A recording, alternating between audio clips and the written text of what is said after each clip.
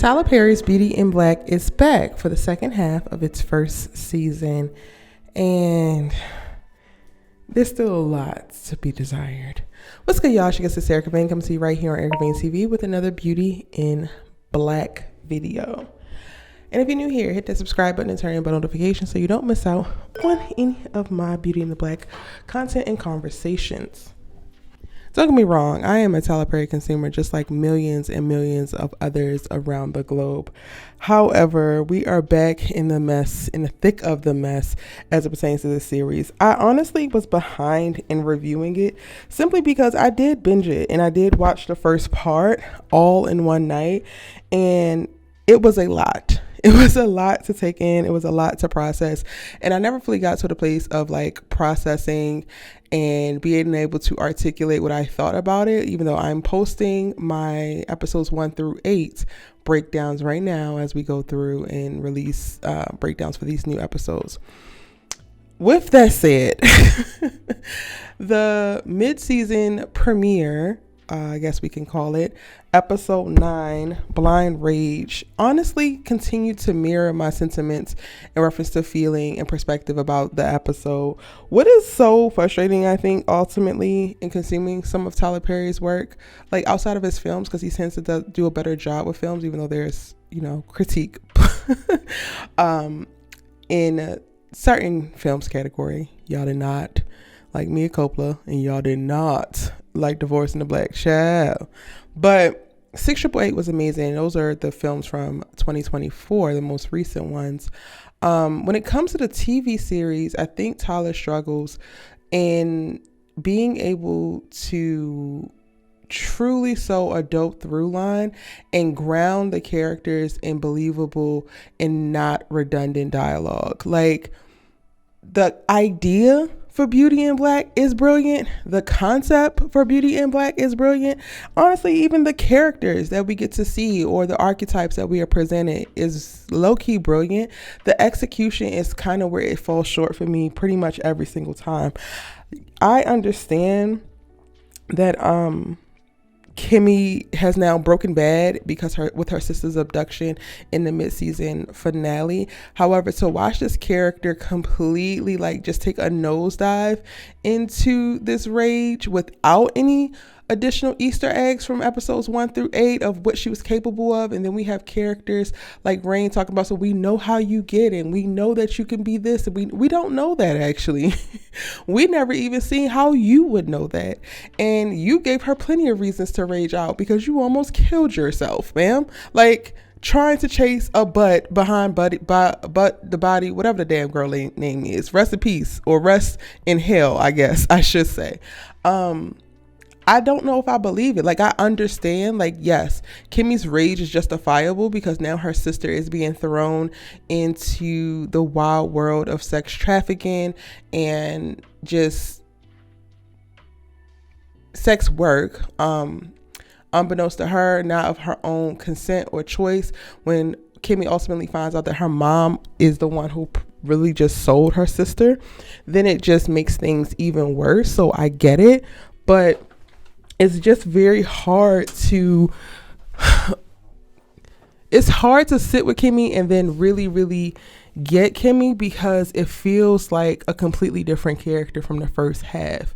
And while she has had some catastrophic and traumatic events happen that are going to, of course, signal a character change, I just don't feel like it was handled in a way that would make this a little bit more seamless. It would make this a little bit more like, oh yeah, of course.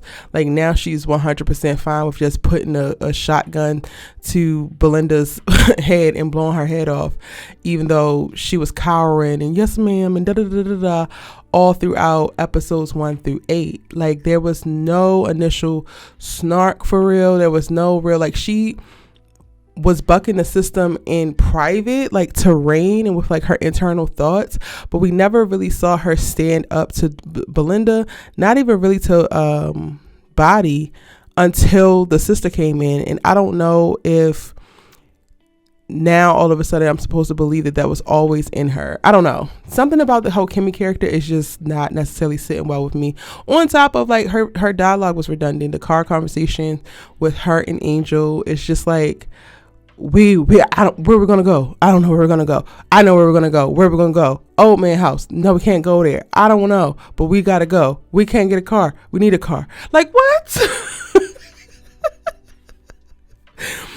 Y'all, it's kind of bad. But shout out to anybody who's really, really enjoying the show. Like, don't let me knock it. I'm just telling y'all my thoughts, and those are just my opinions. Again, these are my opinions. Now, over at Hell House, Hell Estate, because this family is nothing but a bunch of hellions, not a redeemable quality in the bunch. And that includes you, Horace, over press, queer behind. Like, come out already and relax. But Norman has got his get back. He thought that he killed Charles, shot the car winds up blowing up. Everybody's all starting to mourn and think that it's him. Come to find out, he was at a strip club. A stripper sold his car, and it was actually a stripper in there.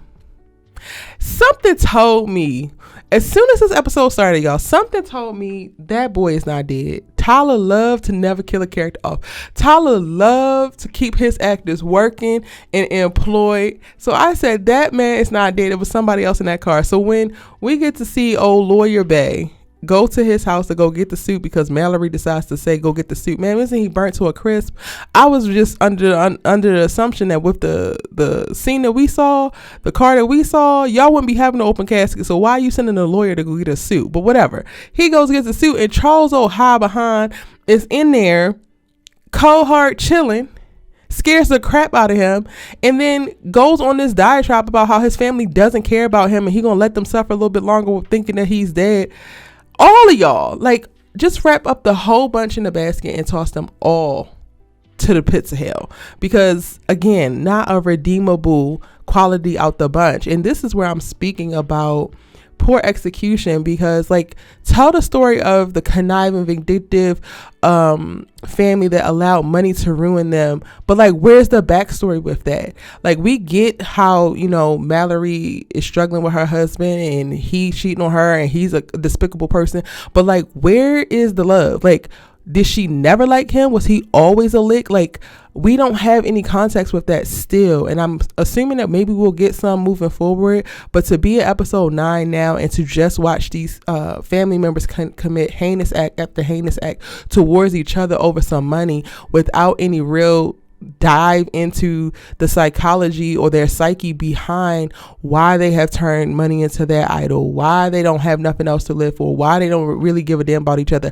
Honestly, we don't even know how they feel about themselves. Like, even a character like Mallory, who I feel like could be a really, really compelling character, she's pretty much all but, like, you can just write her off by episode 4 in the series as the evil pretty bitch who has nothing else going for her and is benefiting off of the turmoil, the trauma, the pain that she can inflict upon others in a consumer space, in the beauty space. But we don't know why. We know that she was a little orphan Annie, and when she got with Roy, the family took her in like their own, yada, but we still don't know why. We don't know why she's so nasty. We don't know why she's so trifling.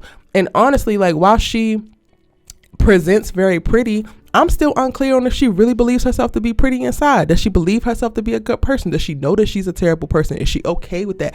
Like, we just don't have no depth when it comes to any of these characters. And I guess that will be also my critique for Kimmie in this episode, because while I get the anger, the rage, and the frustration that, you know, seeing your sister taken by the same people who have been victimizing you would cause, I don't feel like we have enough through line in reference to Kimmie's character development. So her stuff is also starting to feel a little bit flat. Like, it's anger for anger's sake, and it's like it's rage for rage's sake, but there's nothing really grounding the emotions in a very clear character journey or very clear character backstory that we have grown with over the course of 9 hours of consuming this show, if that makes sense. Y'all let me know in the comment section if it makes sense.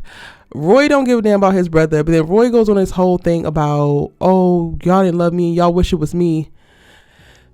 Baby, if a narcissist not going to do nothing, they're going to narcissist. Because how do you turn your brother being shot at and car exploding into a moment about you? You couldn't even wait till tomorrow to do that. We are hours out of your brother being fried, fricasseed / rotisserie within his favorite car, and you want to turn it into mommy and daddy never loved me, mommy and daddy were terrible parents, and you're a terrible son. It winds up becoming a conversation, which comes first, the chicken or the egg? I wonder. Rain is talking about trying to get out the hospital to come try to do what with Kimmie. Girl, what are you going to do? What are you going to do with the behind that you have and the near-death experience that you had? Just stay where you at. And part of me was started to wonder, because I know Tyler, not necessarily because it's there in the writing, but because I know Tyler, part of me starting to wonder, how did they find Sylvie, Kimmie's sister? Did they find Sylvie via Rain? Rain is probably like the only one out of this whole world that I'm like, please don't let her turn out to be trifling as well. Misguided, yes. Insecure, of course.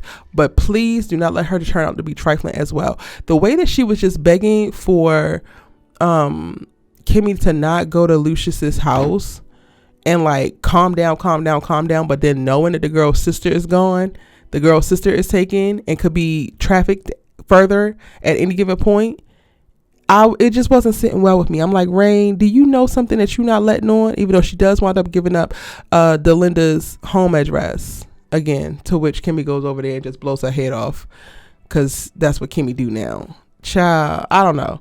But those are my thoughts on the episode. That's what I took from it. Y'all, let's have a conversation in the comment section down below. What did you think of the episode? How are you feeling about the series? Tell me all of that and more in the comment section down below. It's your good sis, you Let's Talk TV with, and I'm going to see you in the next one.